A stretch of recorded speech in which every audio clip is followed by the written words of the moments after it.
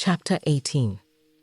Till Elizabeth entered the drawing room at Netherfield, and looked in vain for Mr. Wickham among the cluster of red coats there assembled, a doubt of his being present had never occurred to her. The certainty of meeting him had not been checked by any of those recollections that might not unreasonably have alarmed her. She had dressed with more than usual care, and prepared in the highest spirits for the conquest of all that remained unsubdued of his heart, trusting that it was not more than might be won in the course of the evening.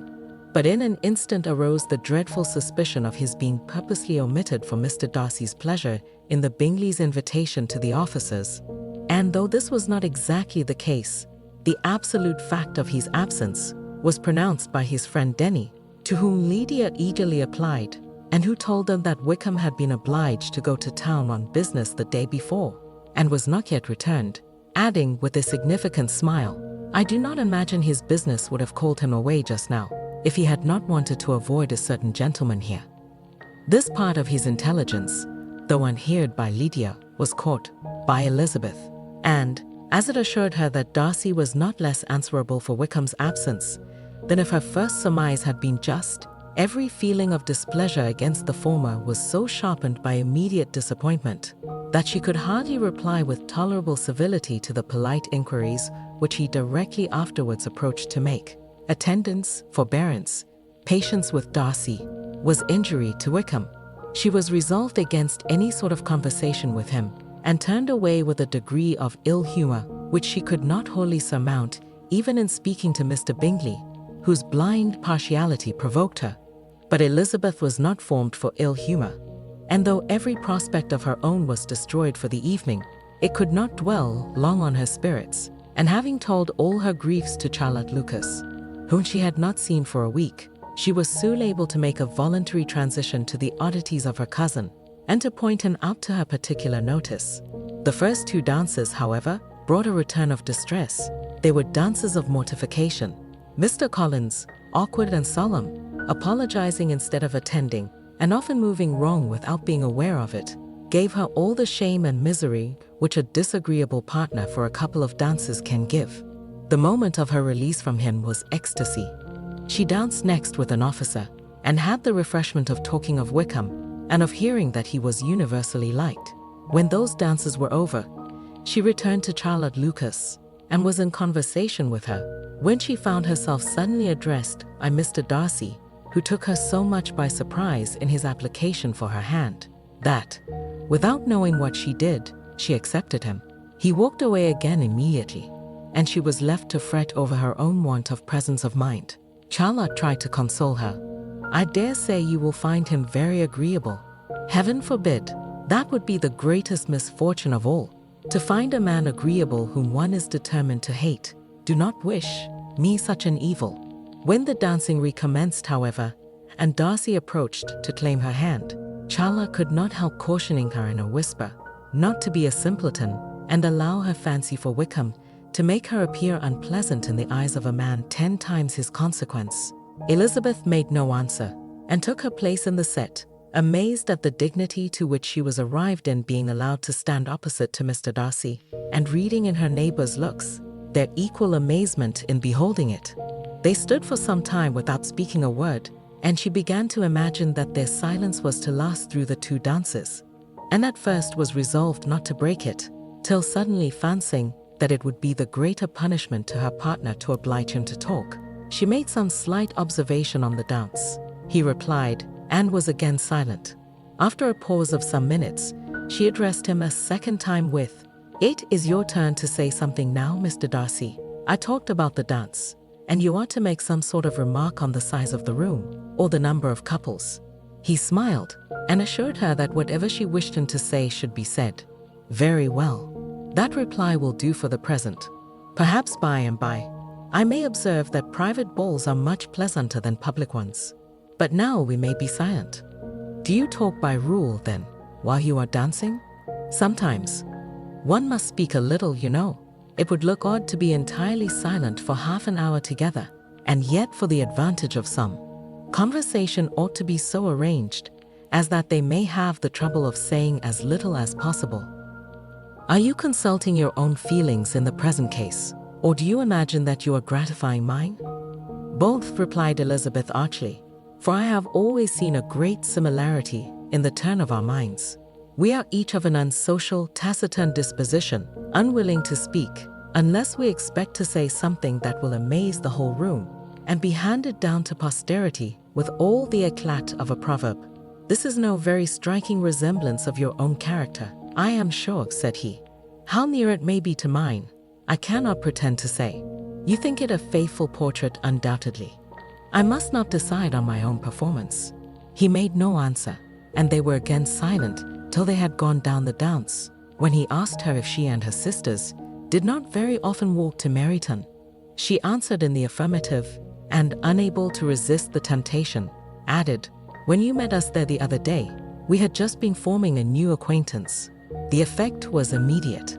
A deeper shade of hauteur overspread his features, but he said not a word, and Elizabeth, though blaming herself for her own weakness, could not go on. At length Darcy spoke, and in a constrained manner said, Mr. Wickham is blessed with such happy manners as may ensure his making friends.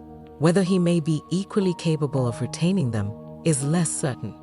He has been so unlucky as to lose your friendship, replied Elizabeth with emphasis, and in a manner which he is likely to suffer from all his life. Darcy made no answer, and seemed desirous of changing the subject. At that moment, Sir William Lucas appeared close to them, meaning to pass through the set to the other side of the room.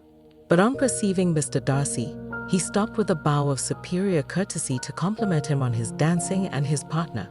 I have been most highly gratified indeed, my dear sir. Such very superior dancing is not often seen. It is evident that you belong to the first circles. Allow me to say, however, that your fair partner does not disgrace you, and that I must hope to have this pleasure often repeated, especially when a certain desirable event, my dear Eliza, glancing at her sister and Bingley, shall take place. What congratulations will then flow in? I appeal to Mr. Darcy. But let me not interrupt you, sir.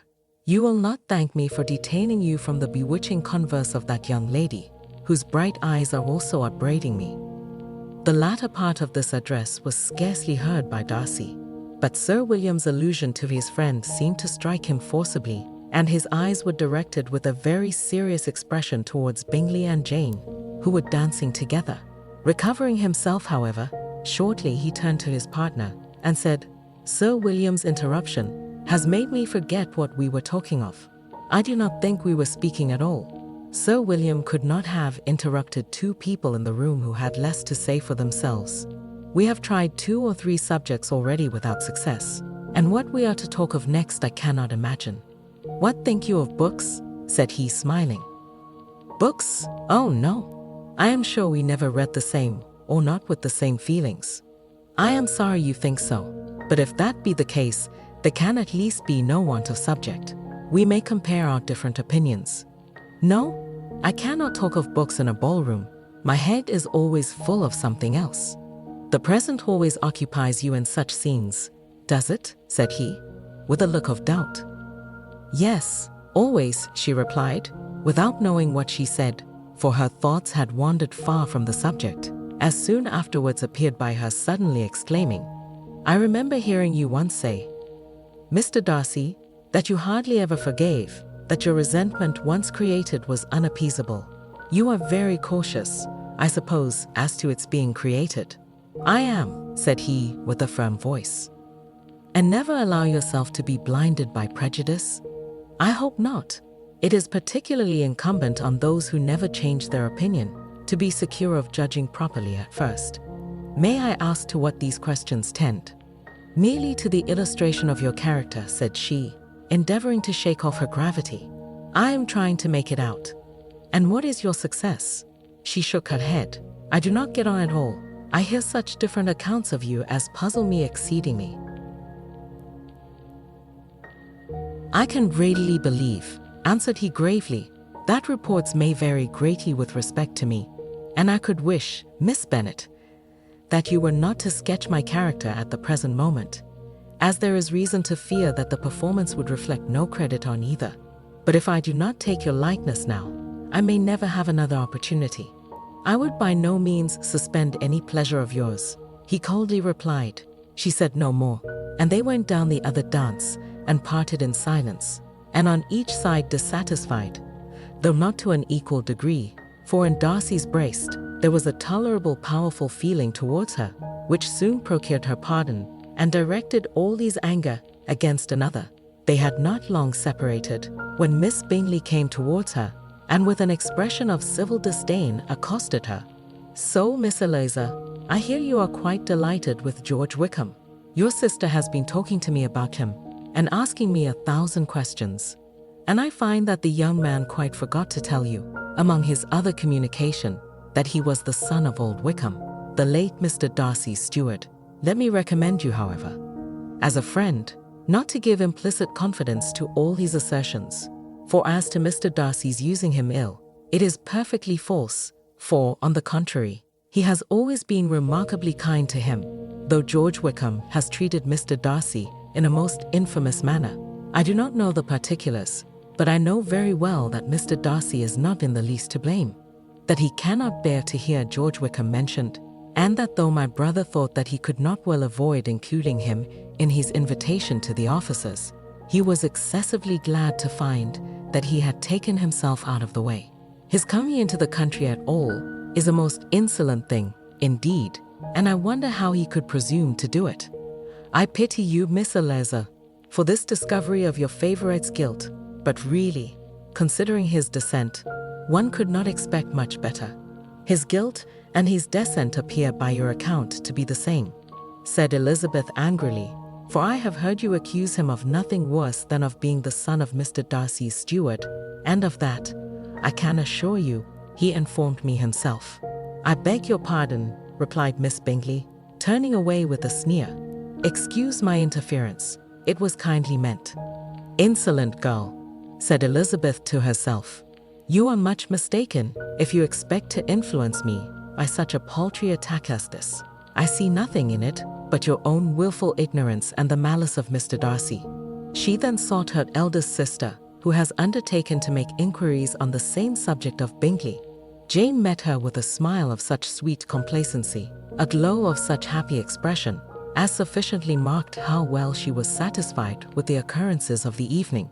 Elizabeth instantly read her feelings, and at that moment solicitude for Wickham, resentment against his enemies, and everything else, gave way before the hope of Jane's being in the fairest way for happiness.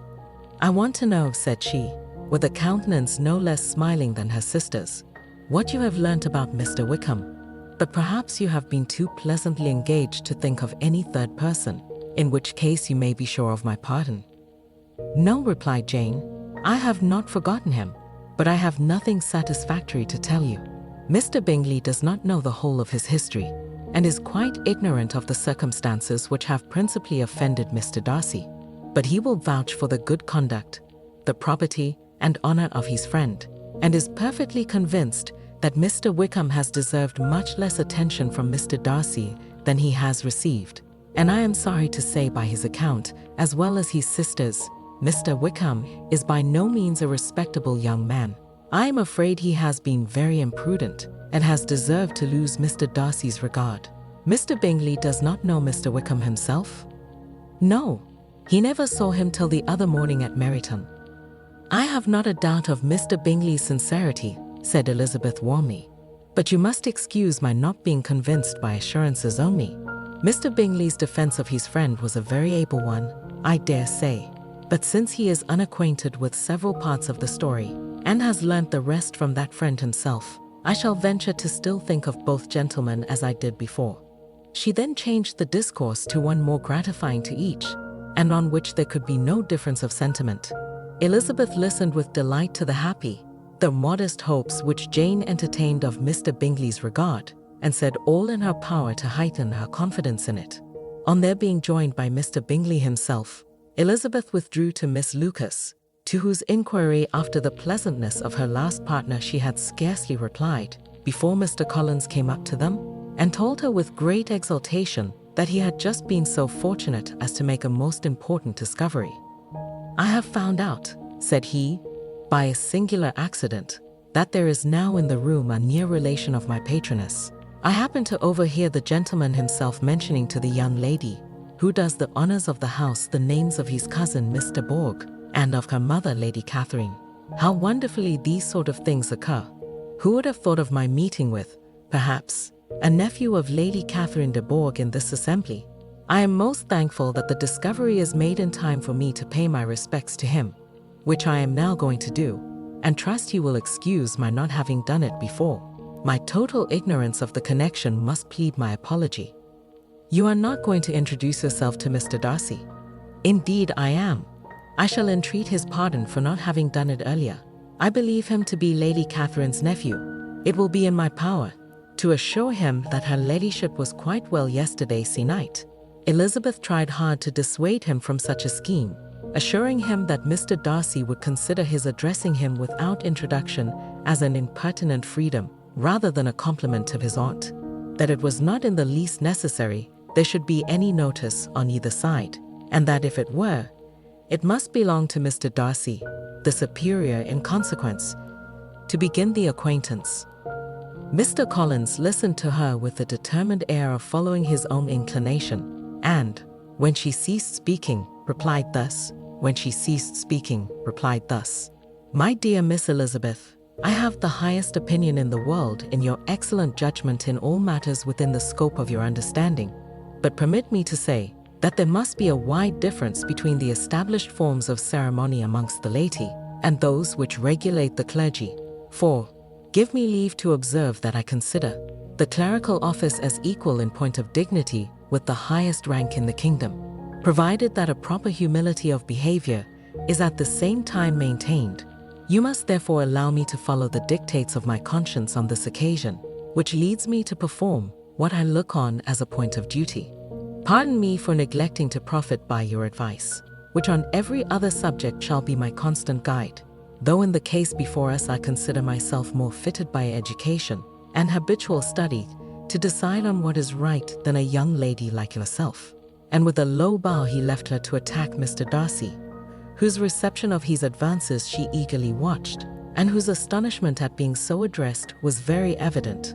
Her cousin prefaced his speech with a solemn bow, and though she could not hear a word of it, she felt as if hearing it all, and saw in the motion of his lips the words, apology, Hunsford, and Lady Catherine de Bourgh. It vexed her to see him expose himself to such a man. Mr. Darcy was eyeing him with unrestrained wonder, and when at last Mr. Collins allowed him time to speak, replied with an air of distant civility.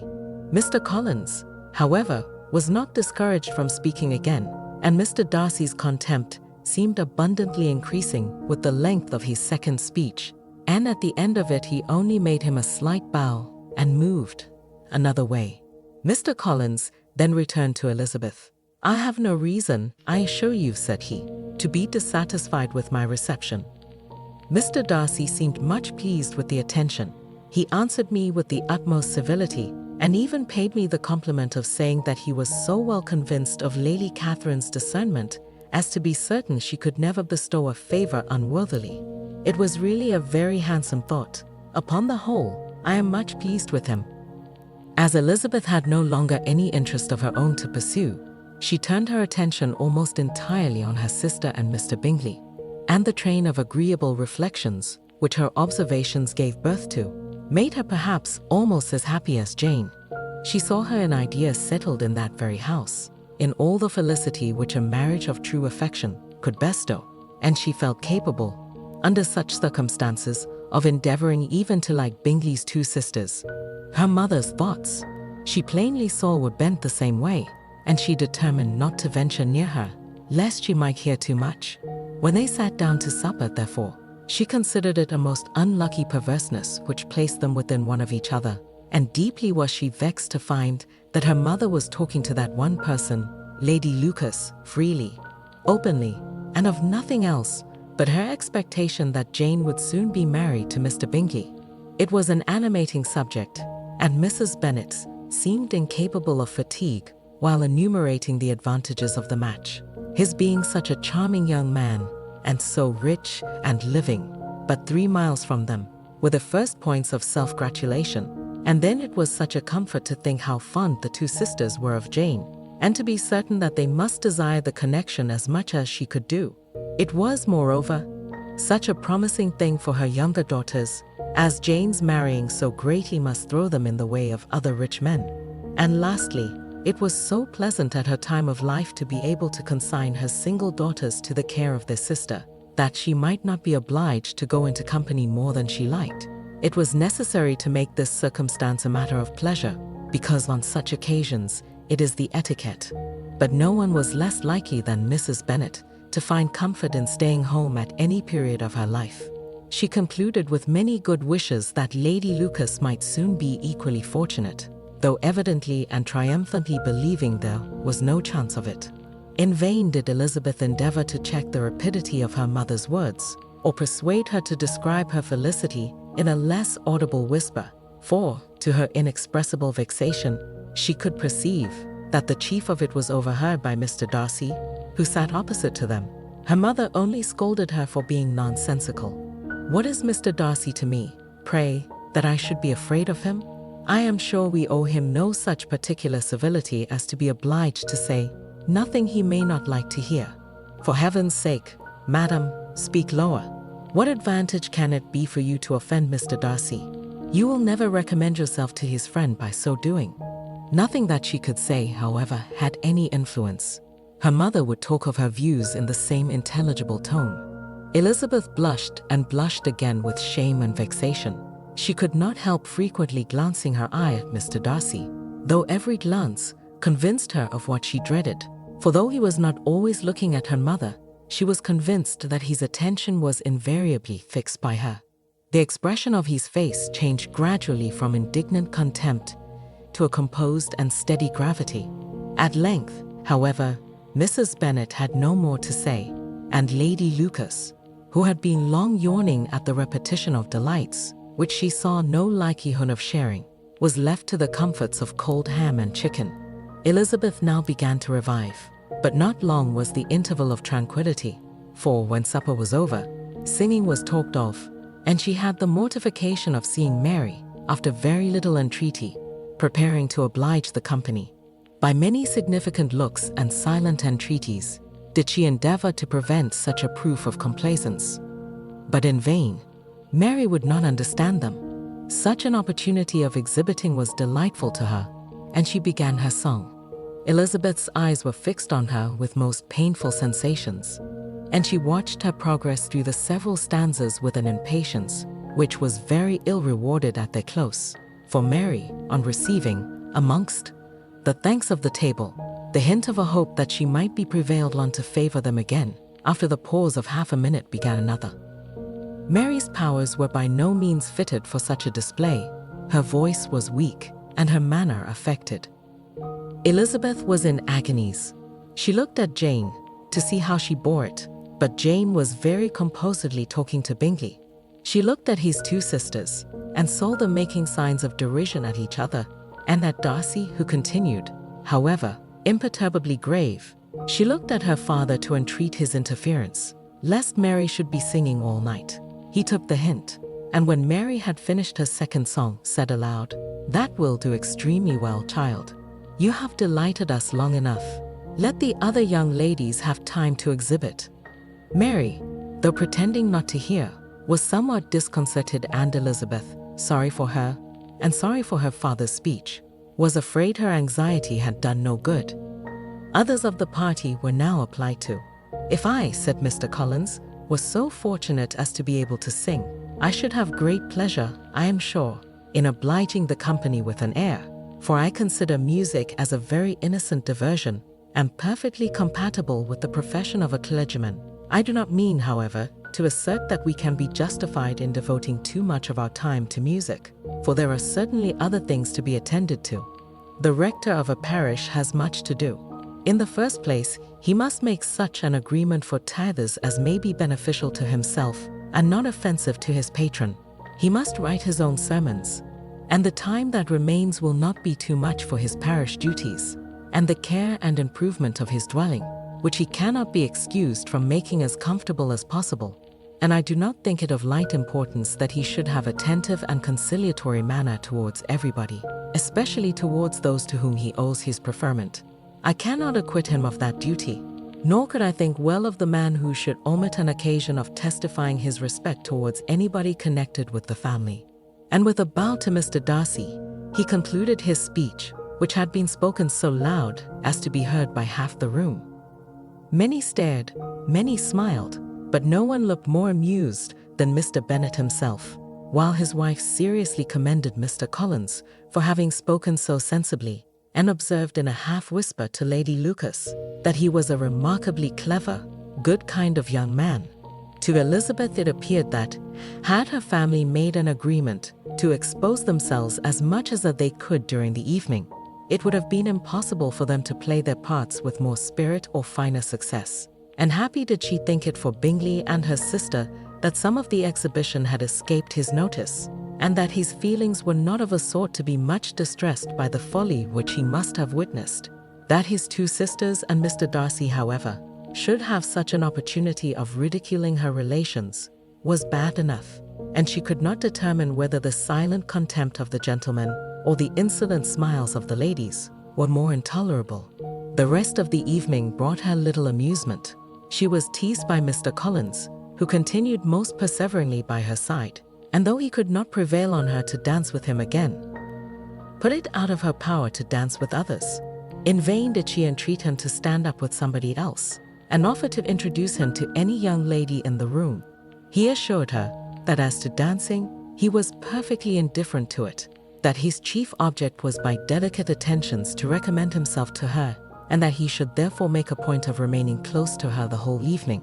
There was no arguing upon such a project. She owed her greatest relief to her friend Miss Lucas, who often joined them, and good-naturedly engaged Mr. Collins's conversation to herself. She was at least freed from the offense of Mr. Darcy's further notice. Though often standing within a very short distance of her, quite disengaged, he never came near enough to speak. She felt it to be the probable consequence of her allusions to Mr. Wickham, and rejoiced in it. The long-worn party were the last of all the company to depart, and, by a manoeuvre of Mrs. Bennet, had to wait for their carriage a quarter of an hour after everybody else was gone, which gave them time to see how heartily they were wished away by some of the family. Mrs. Hurst and her sister scarcely opened their mouths, except to complain of fatigue, and were evidently impatient to have the house to themselves. They repulsed every attempt of Mrs. Bennet at conversation, and by so doing threw a languor over the whole party, which was very little relieved by the long speeches of Mr. Collins, who was complimenting Mr. Bingley and his sisters on the elegance of their entertainment, and the hospitality and politeness which had marked their behavior to their guests. Darcy said nothing at all. Mr. Bennet, in equal silence, was enjoying the scene. Mr. Bingley and Jane were standing together, a little detached from the rest, and talked only to each other. Elizabeth preserved as steady a silence as either Mrs. Hurst or Miss Bingley, and even Lydia was too much fatigued to utter more than the occasional exclamation of "Lord, how tired I am," accompanied by a violent yawn. When at length they arose to take leave, Mrs. Bennet was most pressingly civil in her hope of seeing the whole family soon at Longbourn, and addressed herself especially to Mr. Bingley, to assure him how happy he would make them by eating a family dinner with them, at any time, without the ceremony of a formal invitation. Bingley was all grateful pleasure, and he readily engaged for taking the earliest opportunity of waiting on her after his return from London, whither he was obliged to go the next day for a short time. Mrs. Bennet was perfectly satisfied, and quitted the house under the delightful persuasion that, allowing for the necessary preparations of settlements, new carriages, and wedding clothes, she should undoubtedly see her daughter settled at Netherfield in the course of 3 or 4 months. Of having another daughter married to Mr. Collins, she thought with equal certainty, and with considerable, though not equal pleasure. Elizabeth was the least dear to her of all her children, and though the man and the match were quite good enough for her, the worth of each was eclipsed by Mr. Bingley and Netherfield.